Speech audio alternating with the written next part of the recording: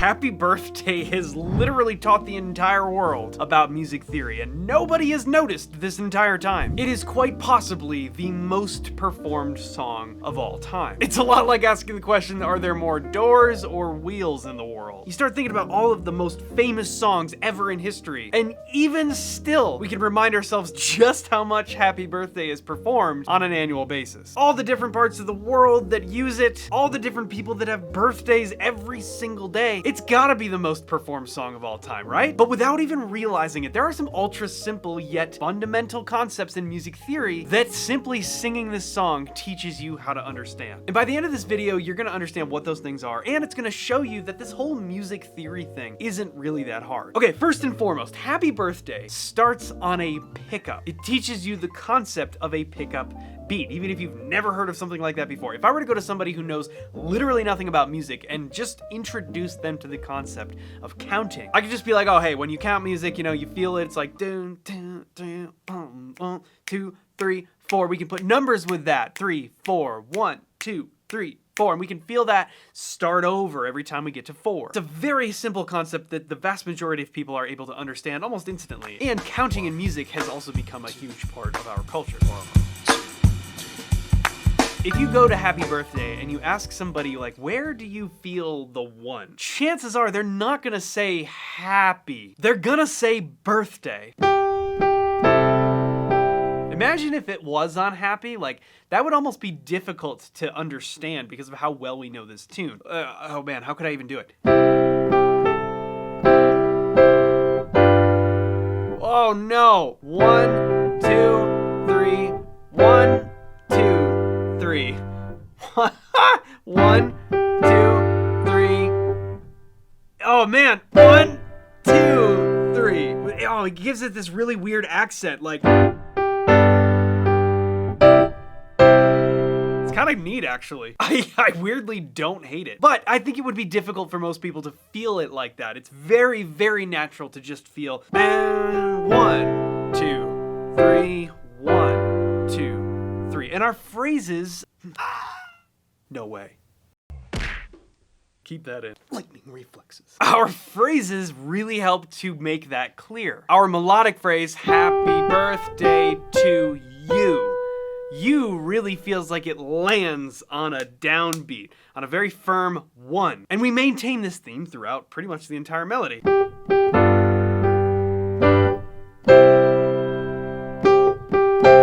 Even when we go to that last part.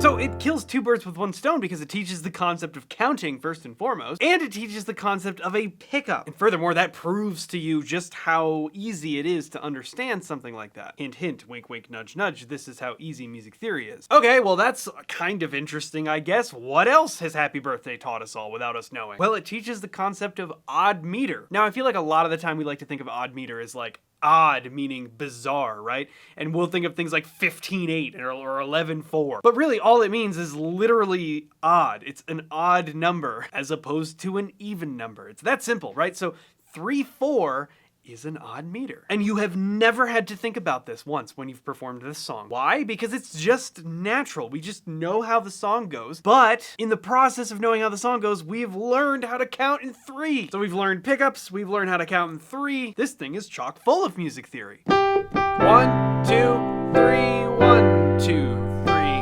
1, 2, 3, 1, 2, 3. Dead simple, but an important music theory fundamental that is far easier to understand through the lens of something that we all know so well than it would be to try to explain to you the difference between 4/4 and 3/4, let alone any other time signature. Great, so you've now learned what a pickup is, and at the same time, you've learned how to count in 3. Well, that sort of simultaneously taught you what time signature is. Now, of course, we can get more into the details of that and define everything and help explain how you might look at a much more bizarre time signature and know exactly what it's telling you. But at the very base of it all, we've just understood how to count in 3. And right off the bat, a third concept in music theory that this song taught all of us is what a fermata is.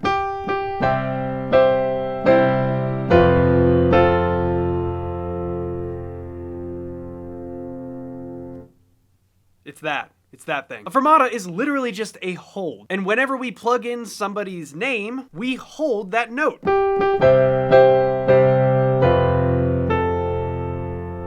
which is also where we try to jam more syllables into 2 beats than probably should belong in 2 beats. Happy birthday, dear Trinitinsley. So we've learned what a pickup is, we've learned how to count in 3, we've learned what a fermata is. What else is in this that has been secretly teaching us music theory literally since, well, our first one? Well, there also are a lot of interesting parts that are maybe a little bit less obvious, I mean, depending on your family's ability to sing. Happy birthday to you. You either got none of this, or maybe you had some incredibly complex versions going on. Happy birthday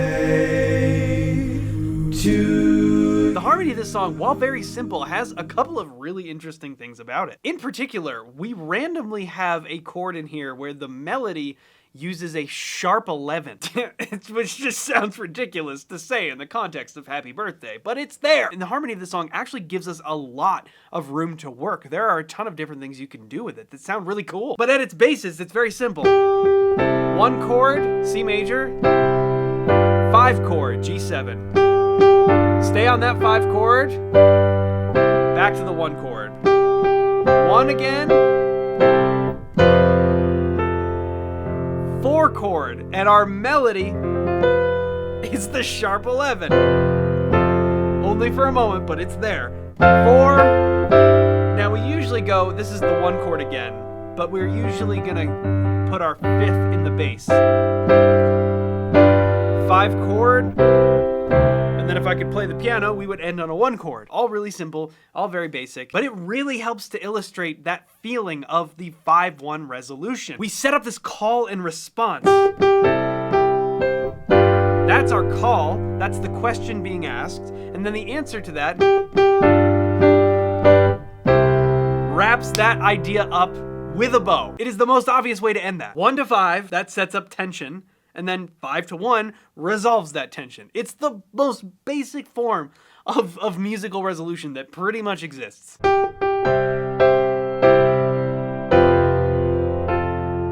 That is just so funny to me, that there's this sharp 11 in there. Now, because of the way that it's part of the melody, could you look at this as a sharp 4? Yeah, I guess so, because we're not necessarily playing. It's not like an F major 7 with a sharp 11. Could be. No reason it can't be, and that's one of the cool things about this song, is the opportunity that it gives us to expand upon such simple harmony. That's usually kept pretty much the same. But as we know, anywhere we have a 5, like a 5-1, we can throw a 2 in front of that. Why not?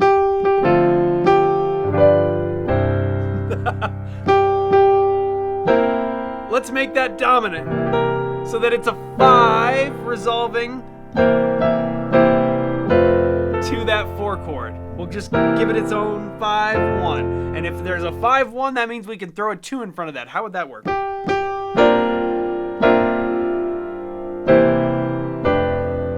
Sure, that's kind of neat.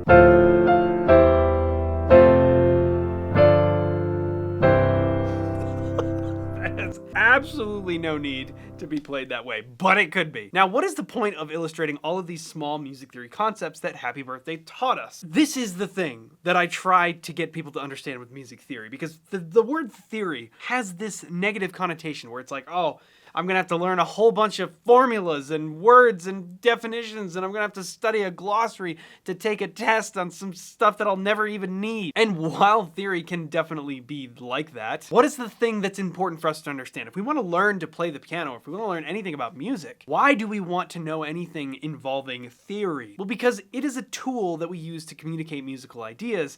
But the thing about it is that it's really not that difficult. These concepts that we just talked about, the key that I want you to take from this is that you already knew them. That's what's so great about simple things like this, is it teaches you right out of the gate. You don't even have to think about, you're not starting from the definition, you're starting from the sound. You're starting from the thing that you know, the thing that you already have done a million times. You've probably sang it a million times. If we then turn around and say, hey, by the way, that's a pickup, and by the way, that's counting in 3, and by the way, that's a fermata. These are things that we just are assigning a word to help us communicate. It's not something where it's like, oh, you have to learn what this complicated concept is. No, the important things in theory are things you already know the sound of. If I started by saying, oh, by the way, a 5-1 resolution usually means a dominant chord resolving to a major chord, and it has good voice leading, and it uses the 7th and the 3rd of the dominant chord in order to lead with by half steps into the 3rd and the root of the home bass, you would just be like, okay, thank you for telling me this. I have no idea what to do with this information now. But instead, if I just go, oh, hey, by the way,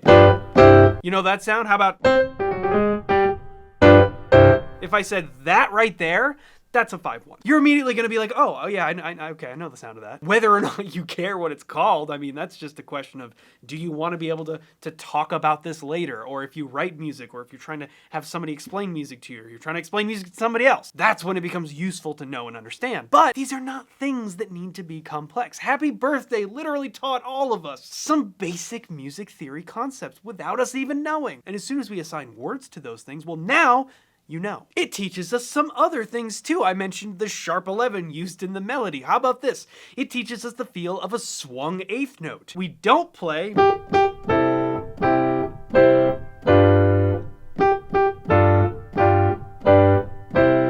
No, we swing it. We play.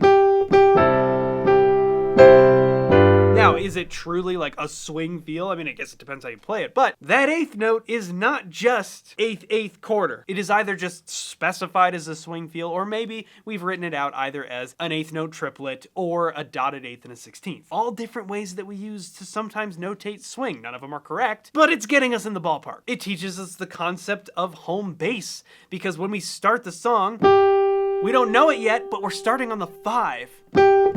And it goes 5, 5, 6, 5.